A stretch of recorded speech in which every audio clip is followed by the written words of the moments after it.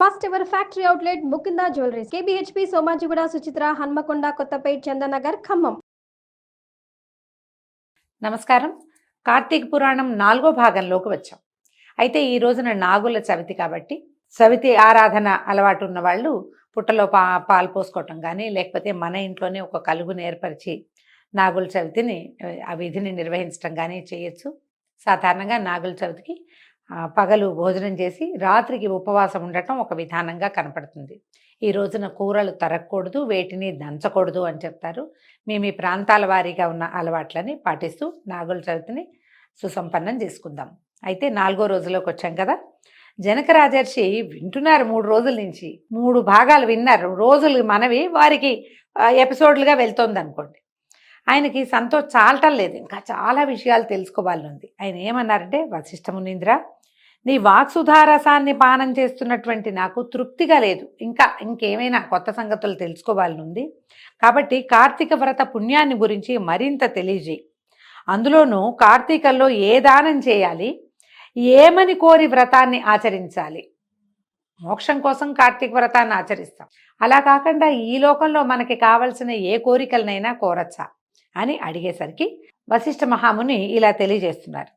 పాపముల్ని నశింపచేయునది, పుణ్యాన్ని వృద్ధి పొందించేది అయినటువంటి కార్తీక వ్రతాన్ని గురించి ఇక్కడ చెప్తాను విను. కార్తీక మాసమందు సాయంకాలమున శివాలయంలో దీపారాధన చేస్తే అత్యద్భుతమైన ఫలితాన్ని ఇస్తుంది. సాయంకాలం అవ్వగానే శివాలయానికి వెళ్ళి అక్కడ దీపారాధన చేసి రావాలి. అయితే కార్తీక మాసంలో శివాలయంలో గోపుర ద్వారమందు, శిఖరమందు, లింగ సన్నిధి అందు దీపారాధన చేస్తే గనక సమస్త పాపాలు నశిస్తాయి. ఎవరు కార్తీకమనందు శివాలయంలో ఆవు నేతితోటి కానీ, లేదా తమకి లభించిన నేతితోటి కానీ, నువ్వుల నూనెతో కానీ, విప్ప నూనెతో కానీ, నారింజ నూనెట దాంతో కానీ భక్తితో దీప సమర్పణం చేస్తాడో వాడు ధన్యుడవుతాడు. వాడు సమస్త ధర్మవేత్త, వాడు ధర్మాత్ముడు కూడా అవుతాడు. ఇందుకు సందేహం లేదు. ఇంతకుముందు చెప్పబడిన నూనెలు దొరకలేదనుకో, ఒకవేళ ఇవన్నీ మంచి నూనెలు చెప్పారు, నెయ్యి అవి అని, ఒకవేళ దొరకపోతే కడకి చివరికి ఆముదంతో అయినా సరే శివాలయంలో దీపం పెట్టినా కూడా వాడికి పుణ్యం లభిస్తుంది. కార్తీక మాసంలో శివాలయంలో మోహంతోటి కానీ, బడాయికి కానీ, భక్తితోటి కానీ దీపం ఇచ్చేవాడు శివప్రియుడవుతాడు. ఒక్కొక్కడు భక్తితోటి పెడతారు, ఒక్కొక్కళ్ళు చుట్టుపక్కల వాళ్ళందరూ దీపాలు పెడుతున్నారు, ఏమిటో వాళ్ళంతా పెడుతున్నారు కదా అని మనం కూడా పోయి దీపం పెడతాం. కొంతమంది ఆమె చిన్నప్పటి నుంచి చేస్తున్నామండి అని గొప్పలు చెప్తారు. అయినా కూడా గొప్ప చెప్పినా కూడా అక్కడ దీపం పెట్టాడా వాడికి ఫలితం లభిస్తుంది. ఏ వ్యవహారంతో చేసినా కూడా దీపం అంత ఫలితాన్ని ఇస్తుందని చెప్తున్నారు. పూర్వకాలంలోనట పాంచాల దేశంలో కుబేరుడితో సమానమైన ఒక రాజుగారు ఉండేవారు. ఆయనకి సంతానం లేదు. వీర పెద్దవారంతా చెప్పగా ఆయన ఏం చేశాడట, గోదావరి తీరంలో రోజు తపస్సు చేసుకునేవాడట. అయితే ఒకసారి గోదావరికి స్నానార్థం వచ్చినటువంటి పిప్పల మహాముని అక్కడికి వచ్చి ఈ రాజును అడిగాడట, రాజా, నువ్వు రాజుగా ఉన్నావు, ఇంత తీవ్రంగా ప్రతిరోజు ఇక్కడికి వచ్చి ఈ తపస్సు ఎందుకు చేస్తున్నావు అని అడిగేసరికల్లా రాజుగారు ఏం చెప్పారంటే, మునీశ్వర, నాకు సంతానం లేదు, సంతానం లేకపోతే మరి నా పితరులకి ధన్యత లేదు, నా రాజ్యానికి ఉత్తరాధికారి లేడు, కాబట్టి నేను ఈ తపస్సు చేస్తున్నానని చెప్పేసరికి ఆయన చెప్పేసరికల్లా అయితే ఈయనేమన్నాడంటే, ఈ పిప్పలాదడు అనేటువంటి మహాముని భక్తితో బ్రాహ్మణులని శివుని సంతోషపెట్టు, అట్లా సంతోషపెడితే గనక నువ్వు తపస్సు చేయక్కర్లా, నీకు పుత్రుడు లభిస్తాడు. ఈ తపస్సు కంటే కూడా భక్తిగా చెయ్యి, శివారాధన చెయ్యి, బ్రాహ్మణారాధన కూడా చేయమన్నాడు. సరే, ఈయన ఏం చేశాడు, ఆ చెప్పిన మాట విని ఎవరో ఒకళ్ళు మంచి మాట చెప్పారు, ముందు చెప్పిన మాట ప్రకారం తపస్సు చేశాడు. ఈ పిప్పలాదుడు అనే మహాముని చాలా గొప్ప మంత్రవేత్త, ఆయన చెప్పారు కాబట్టి ఈ రాజుగారు ఈ పనికి పూనుకున్నారు. ఇంటికి వెళ్ళి స్నానం చేసి చక్కగా అలంకరించుకుని శివాలయానికి వెళ్ళి శివప్రీతిగా దీపదానాన్ని చేశాడట ఆయన. ఆ పుణ్యం చేత రాజుగారి భార్య గర్భవతి అయి 10వ మాసంలో సూర్యుడిలాగా ప్రకాశిస్తున్నటువంటి చక్కటి కుమారుణ్ణి కన్నదట. ఈ రాజుగారు ఎంతో ఆనందించి, ఈ కార్తీక మహాత్మ్యం చాలా సత్యమైంది, ఈ కాలంలో నేను దీపారాధన చేశా, దీపదానము చేశాను కాబట్టి నాకు ఇట్లా కులదీపకుడైన కుమారుడు కలిగాడని ఎంతో సంతోషించాడు. అందరికీ ప్రచారం చేశాడు ఆయన, కార్తీకంలో తప్పకుండా దీపారాధన చేయండి, కార్తీకంలో దీపదానం చేయండి అని ఊరంతా చాటించి ఈ చందమామలాగా వెలుగొందుతున్న కుమారుడికి శత్రుజిత్తు అని పేరు పెట్టి అల్లారు ముద్దుగా పెంచుకున్నాడు. లేక లేక కలిగిన సంతానం దాని తోడు ఏకపుత్రుడు అవటం వల్ల రాజుగారు అమిత గారాభంగా కుమారుణ్ణి పెంచాడు. అదుపు ఆజ్ఞ లేదు. రాణిగారికి మరీ ముద్దు. సాధారణంగా తల్లులకి పెద్దగా అదుపాజ్ఞలు ఉండవు, కాస్త కుస్తా తండ్రులకు ఉండును. ఈయనకి లేక లేక కలిగిన సంతానం భగవదారాధన వల్ల కలగటం వల్ల వీడికి మనం ఏదైనా నేర్పించాలని రాజు కనిపించలే. బానే ఉంటాడని నమ్మారు పాపం. కానీ ఇతను ఏమయ్యాడు, క్రమంగా వృద్ధి చెంది యవ్వనవంతుడై శూరుడై సుందరుడై వేశ్యాసంగమలోలుడై అక్కడ తృప్తి లేక వేశ్యాసంగమం సరిపోక పరస్త్రీల యందు కూడా ఆసక్తిని కలిగి ధనాధికాన్ని డబ్బు వెచ్చించి ఎవరినైనా ఇతరుల భార్యలను కూడా లోబరుచుకుని వారితోటి కలిసి తిరిగేవాడట. ఇది తగదని వారా వీర గురువులు పెద్దవాళ్ళు మొదట కొంతకాలం అమ్మ నాన్నలకు తెలుసుకోలేదు. కానీ చుట్టుపక్కల పెద్దవాళ్ళందరికీ తెలిసింది. ఏదైనా ఎవరైనా చెప్పేసరికల్లా వాళ్ళని తిరస్కరించేవాడు అతను. మీ మాట నేను వినేదేమిటి, నేను రాజుగారి అబ్బాయిని అనేవాడు. ఇంకా వినేవాడు కాదు, బ్రాహ్మణుల్ని కూడా ధిక్కరించడం మొదలుపెట్టాడు. క్రమంగా జాతిని విడిచి సంకరకారకుడై ఎవరైనా తనకి అడ్డు తగిలే రకపు ధోరణి ఎవరి దగ్గర ఉంటే వాళ్ళని నిందించేవాడు, కఠినంగా మాట్లాడేవాడు. కత్తిని నిరంతరము ధరించి అడ్డం వచ్చిన వాళ్ళని ఆ కత్తితో ఒక వేటు పెట్టి హింసించటానికి కూడా తెగబడి అన్యాయ మార్గవర్తనుడుగా ఉన్నాడట. అయితే ఆ కాలంలో ఒక బ్రాహ్మణోత్తముడి భార్య బహుచక్కటిది, పరమ సౌందర్యవతిగా ఉన్నటువంటి ఒక అమ్మాయిని చిలకలాగా చక్కగా మాట్లాడేదట. ఆ సౌందర్యానికి లోబడి ఇతను ఏం చేశాడు, ఆ అమ్మాయితోటి స్నేహం చేసి ఆమెకు బోలెడన్ని బహుమతులు ఇచ్చి ఆ అమ్మాయిని లోబర్చుకున్నాడు. ఆ అమ్మాయి కూడా ఈ బ్రాహ్మణ గృహిణి కూడా ఈ రాజుగారి అబ్బాయి అవటంతో ఇతని పట్ల వ్యామోహంతో సంచరించేది. ఈ రాత్రిపూట రాజుగారి అబ్బాయి ఒక సంకేతాన్ని పంపిస్తే అక్కడికి వెళ్ళిపోయేది అతని కోసం. వెళ్తూ ఉంటే సరే ఏమైంది, కొన్ని రోజులు ఇట్లా గడిచినాయి. రాత్రిపూట అంతా అతనితో గడిపి తెల్లవారి ఇంటికి వచ్చి ఇంట్లో గృహకృత్యాలు చేసుకునేది. ఇంట్లో భర్తని వెళ్ళు వాకిలి ఏదో చూసుకునేది. సాయంకాలం మళ్ళీ ఉత్తరం వచ్చేది. రాత్రిపూట అమ్మాయి మళ్ళీ ఇల్లు విడిచి ఎక్కడికో వెళ్ళేది. అయితే ఏమైందట, ఈ సంగతికి కొద్ది రోజులు అయ్యేసరికల్లా బ్రాహ్మడి ఇంట్లో నిద్రపోతున్నాడు. అతనికి తెలీదు. ఈ భార్య రోడ్ల మీద పడి తిరుగుతున్న సంగతి చుట్టుపక్కల వాళ్ళు ఎవరో చూసి ఆ బ్రాహ్మణ ఆయనకి తెలియజేశారు. ఆయన ఎప్పుడో ఒకప్పుడు ఈమెని పట్టుకోవాలి, ఈ పని చేస్తూ ఉండగా పట్టుకోవాలి, ఆమె ఇంట్లో నుంచి బయటికి వెళ్ళినప్పుడు పట్టుకోవాలని ఎప్పుడు నిందితమైన నడకగలిగినటువంటి తన భార్యని, ఆమెని తోటి స్నేహం చేస్తున్నటువంటి ఈ రాజకుమారుణ్ణి ఎప్పుడో ఒకప్పుడు చంపేయాలని ఉండేది ఆ బ్రాహ్మణ ఆయనకి. తన జాతికి విరుద్ధంగా ఆయన కూడా ఒక కత్తిని ధరించి తిరుగుతుండేవాడట. కొంతకాలం గడిచాక ఒకనాడు కార్తీక పౌర్ణమి నాటి రాత్రి దైవవశాత్తు ఆ రోజున సోమవారం కూడా కలిగిందట. సోమవారము కార్తీక పౌర్ణమి. ఈ బ్రాహ్మణ స్త్రీ రాకుమారుడు వీళ్ళు అనుకున్న స్థలంలో ఎక్కడికో సంకేత స్థలంలో కలుసుకున్నారు. అక్కడ ఎవరో మనుషులు ఉన్నారు. ఉండేసరికల్లా ఇంక ఈ మనుషులు ఉన్నారు, ఇక్కడ మనం ఎట్లా ఉంటామని అనుకుని వీళ్ళిద్దరూ ఏం చేశారట, ఒక పురాతనమైన శివాలయంలోకి ప్రవేశించారు. ఎక్కడ నరమానవుడు లేడు, అక్కడికి ఎవరు పెద్దగా వచ్చేవాళ్ళు లేరు. కొంత పాతబడింది, పాడుబడినట్టుగా ఉంది. ఆ శివాలయంలోకి లోపలికి వెళ్ళాక లోపలంతా అంతరాలయ ప్రవేశం చేస్తే ఆడెక్కడ చీకటి గుయ్యారంగా ఉంది. దాంతో ఈ అమ్మాయి ఏం చేసిందట, చీర అంచు చింపి ఒత్తిగా బాగా నలిపిందట.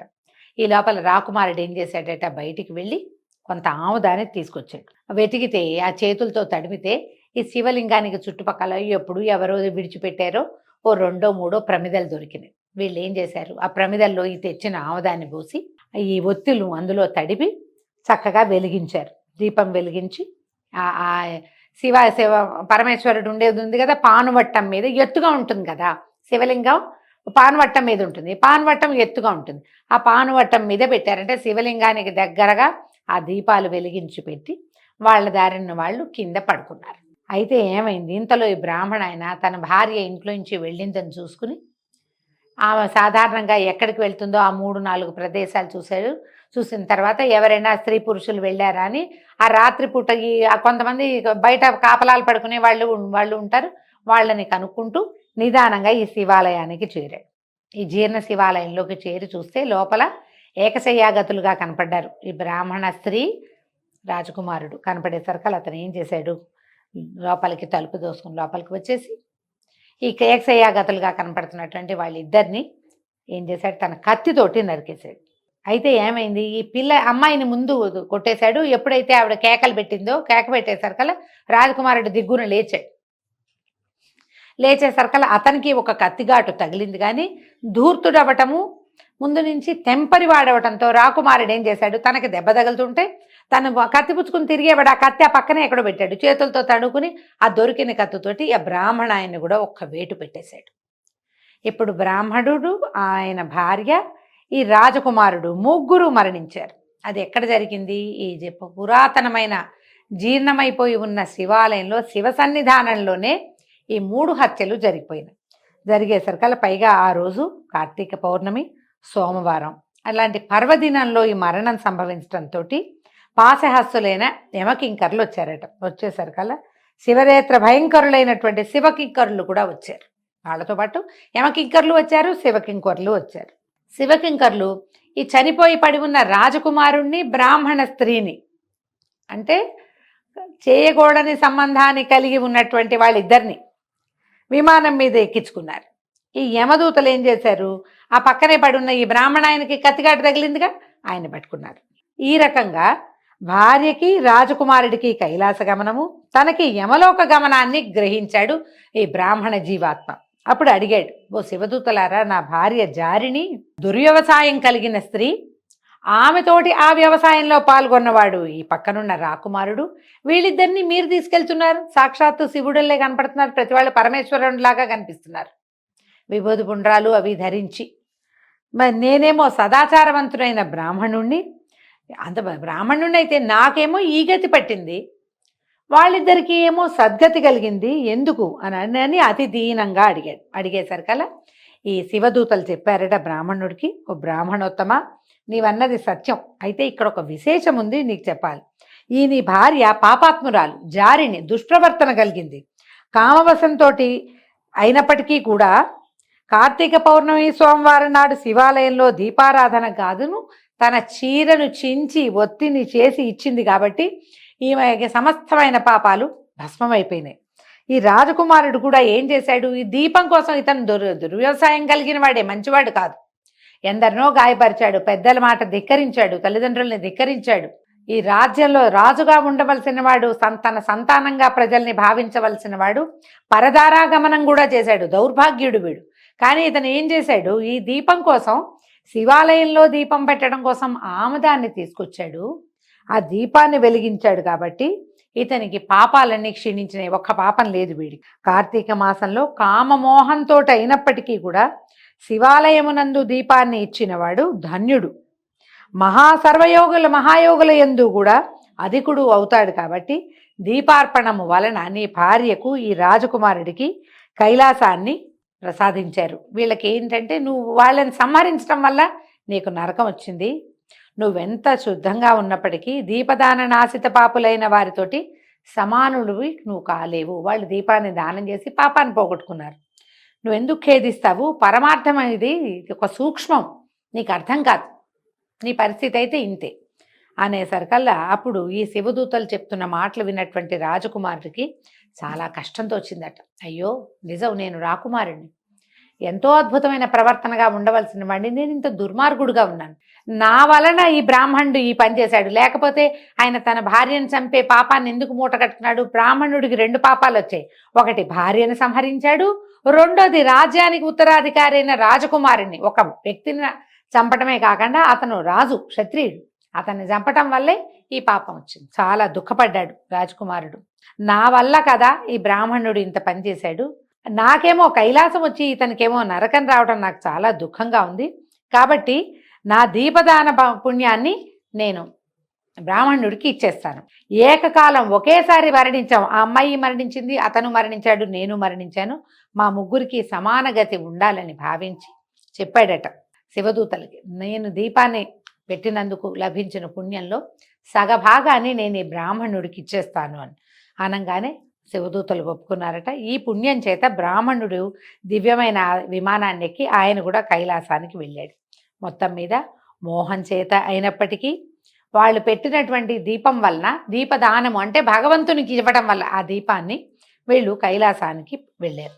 కాబట్టి కార్తీక మాసమందు తప్పకుండా ధర్మాచరణ చేయాలి. అట్లు చేయనివాడు రౌరవం అనే నరకాన్ని పొందుతారు. కార్తీక మాసమందు నిత్యము శివాలయమందు కానీ విష్ణువాలయమందు కానీ దీపమాలికను, అంటే ఒక్క దీపం కాదు, వరస అన్నమాట, దానిని గనక సమర్పిస్తే ఆ దీపదాన పుణ్యంతో జ్ఞానాన్ని పొంది తద్వారా పునరావృత్తి రహితమైన మోక్షాన్ని పొందుతారు. సందేహం లేదు. కార్తీక మాసంలో హరిసన్నిధిలో స్త్రీ గాని పురుషుడు గాని తన శక్తి కొద్దీ దీపార్పణ చేస్తే గనక సర్వపాప నాశము కలుగుతుంది. కాబట్టి నీవు కూడా శివాలయమునందు కార్తీక మాసంలో దీపమాలని సమర్పించమని, కాబట్టి నీవు కూడా శివాలయంలో ఈ కార్తీక మాసంలో దీపమాలని సమర్పించమని జనక రాజర్షికి బ్రహ్మర్షి వశిష్ఠుల వారు ఉపదేశించారు. దీంతో 4వ భాగం పూర్తయిందండి. రేపు ఉదయం 5వ భాగంతో మళ్ళీ కలుసుకుందాం. నమస్కారం.